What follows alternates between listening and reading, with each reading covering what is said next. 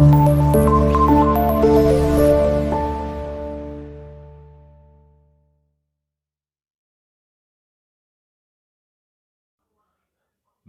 To dream TN department.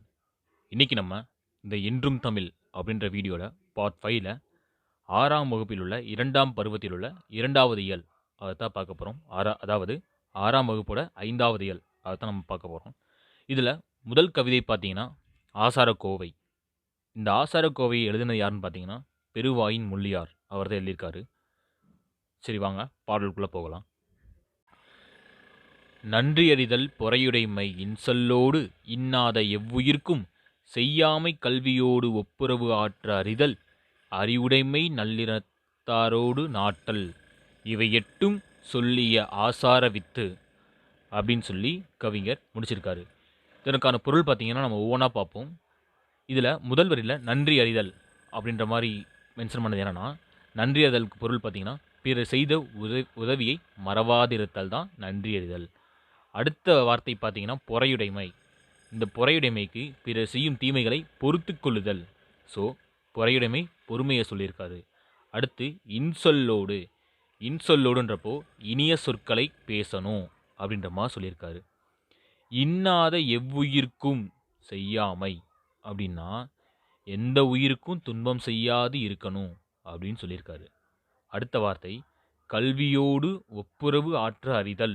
இதில் கல்வியோடு அப்படின்றப்போ கல்வி அறிதல் கல்வி அறிவு நீ பெற்றிருக்கணும். அது மட்டும் இல்லாமல் ஒப்புரவு ஆற்ற அறிதல்னா எல்லோரையும் சமமாக பேணணும். இந்த இடத்துல ஒப்புரவுனா எல்லாரையும் சமமாக நீ பேணணும், எல்லாரையும் பார்க்கணும் அப்படின்னு சொல்லியிருக்காரு. அதுக்கடுத்து அறிவுடைமை. நீ அறிவுடையவராகவும் இருக்கணும். நல்லினத்தாரோடு நாட்டல். நாட்டல்னா நட்பு கொள்ளுதல். அப்போது நீ நற்பண்புகள் உடையவரோடு மட்டும்தான் நட்பு கொள்ளணும் அப்படின்னு சொல்லியிருக்காரு. இதில் மொத்தம் ஒரு 8 நல்லொழுக்கத்தை சொல்லி கவிஞர் இந்த நல்லொழுக்கத்தை விதைக்கிற விதை தான் இந்த ஆசார வித்து அப்படின்னு சொல்லி அவர் முடிச்சிருக்காரு.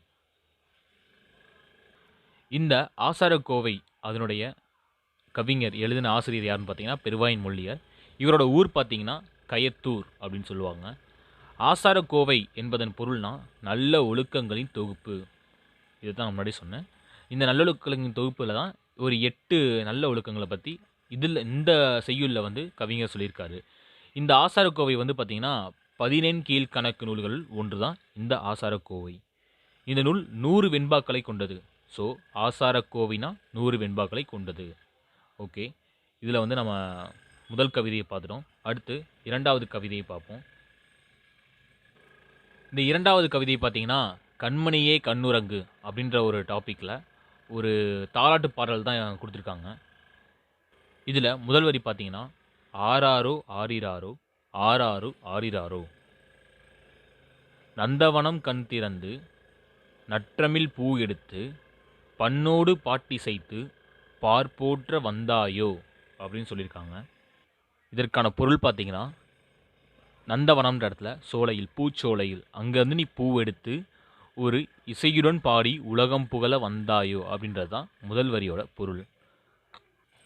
அடுத்த வரியில் தந்தத்திலே தொட்டில் கட்டி தங்கத்திலே பூவிளைத்து செல்லமாய் வந்து உதித்த சேரநாட்டு முத்தேனோ அப்படின்னு சொல்லியிருக்காங்க. இதற்கான பொருள் பார்த்தீங்கன்னா தங்கப்பூ பதித்த தங்கத்தால் ஆன தொட்டிலில் செல்லமாய் உறங்க வந்த சேரநாட்டின் முத்தேனு அப்படின்ற மாதிரி சொல்லி முடிச்சிருக்காங்க.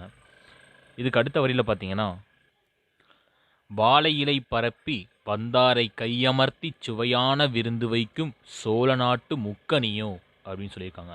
இதற்கான பொருள் பார்த்தீங்கன்னா இல்லம் வந்தவரை இன்முகத்தோடு வரவேற்கும் அறுசுவை உணவளிக்கும் சோழ நாட்டு முக்கனியோ அப்படின்னு சொல்லியிருக்காங்க.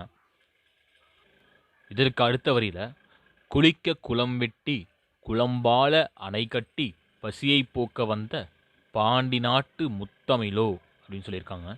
இதற்கான பொருள் பார்த்தீங்கன்னா குளம் வெட்டி அணை கட்டி குடிமக்களின் பசியை போக்கும் பாண்டிய நாட்டின் முத்தமிழோ அப்படின்ற பொருளில் கண்ணே கண்மணியே கண்ணுரங்கு கண்ணுரங்கு அப்படின்னு சொல்லி முடிச்சிருக்காங்க. இதில் நம்ம மூன்று குல அரசர்களையும் சொல்லியிருக்காங்க. இந்த பாடல் அவ்வளோதான். இந்த பாடல் பார்த்தீங்கன்னா ஒரு தாலாட்டு பாடல் தான். தாலாட்டு பாடல் இது எழுதினது யாருன்னு மென்ஷன் பண்ணலை. ஏன்னா இது ஒரு தாலாட்டு பாடல், நார்மலாக ஒரு பாட எழுதின பாடல்ன்ற மாதிரி கொண்டு வந்திருக்காங்க. இந்த தாலாட்டு அப்படின்றதுல பார்த்தீங்கன்னா, தாலாட்டுன்றதுக்கு பொருள் பார்த்தீங்கன்னா, வாய்மொழி இலக்கியங்கள் ஒன்று தான் தாலாட்டு. இதில தாள் ப்ளஸ் ஆட்டு அப்படின்னு பிரிப்பாங்க. இதில தாள் என்ன தாள்ன்றதுக்கு பொருள் வந்து பார்த்தீங்கன்னா, நாக்கு. ஆட்டுன்ற இடத்துல வந்து நாவை அசைத்து பாடுவதால் அது தால் ஆட்டு என்று அழைக்கப்படுகிறது. அதான் நம்ம தாலாட்டுன்னு நம்ம சொல்றோம். குழந்தையின் அழுகையை நிறுத்தவும், தூங்க வைக்கவும் இனிய ஓசையுடன் பாடும் பாட்டு தாலாட்டு அப்படின்னு சொல்றாங்க. அவ்வளோதான்.